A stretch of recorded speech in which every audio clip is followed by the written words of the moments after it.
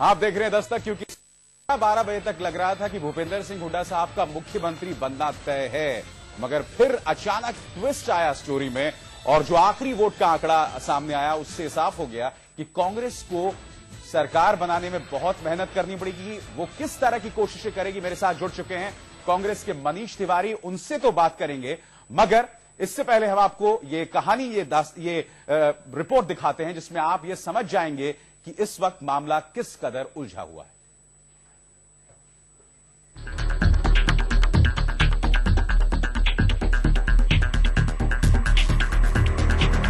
हरियाणा में उलझ गया है सत्ता का गणित।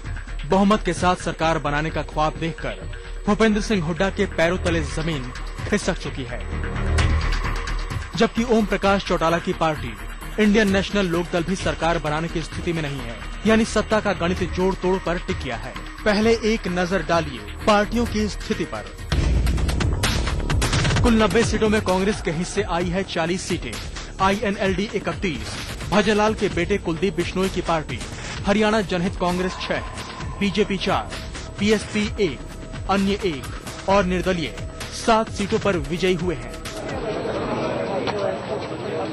यानी बड़ी पार्टियों में कांग्रेस बहुमत से 6 सीट दूर है तो INLD 15 सीटें। हालांकि दोनों ही सरकार बनाने का भरोसा जता रहे हैं। लोगों का जो आया है रुझान, लोग चाहते हैं कांग्रेस की सरकार बने।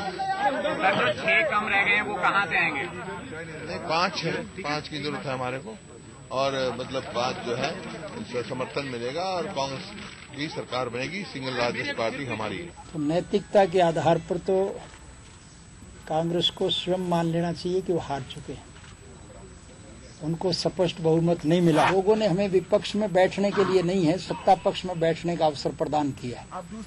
हमारा प्रयास यही होगा कि हम सभी विपक्षी दलों के जो दूसरे लोग हैं उनसे संपर्क स्थापित करके सरकार बनाएंगे। लेकिन दोनों दल कैसे बनाएंगे सरकार? हरियाणा में इस वक्त 2 समीकरण हो सकते हैं। नंबर 1, कांग्रेस की 40 सीटों में HJS की 6 सीटें जुड़ जाए। इस तरह 46 सीटों के साथ कांग्रेस सामान्य बहुमत में आ जाएगी। लेकिन मुश्किल यह है कि कुलदीप बिश्नोई पहले ही कह चुके हैं कि वो विपक्ष में बैठना पसंद करेंगे, लेकिन हुड्डा का समर्थन नहीं करेंगे।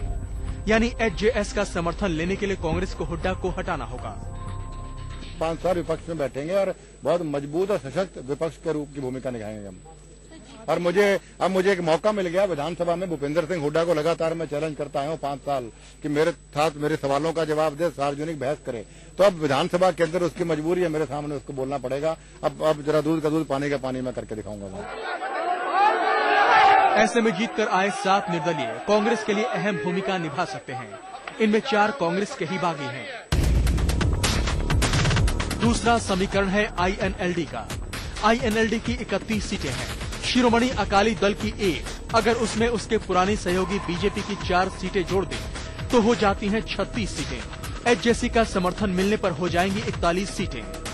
ऐसी खबरें हैं कि 7 में से 3 निर्दलीय चौटाला का समर्थन करने का मन बना चुके हैं।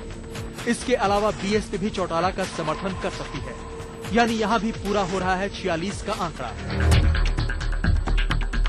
वाकई हरियाणा का गणित बेहद दिलचस्प है और बगैर जोड़ तोड़ के सत्ता का रास्ता बनता नहीं दिख रहा। सत्येंद्र चौहान के साथ भूपेंद्र नारायण सिंह, चंडीगढ़, आज तक।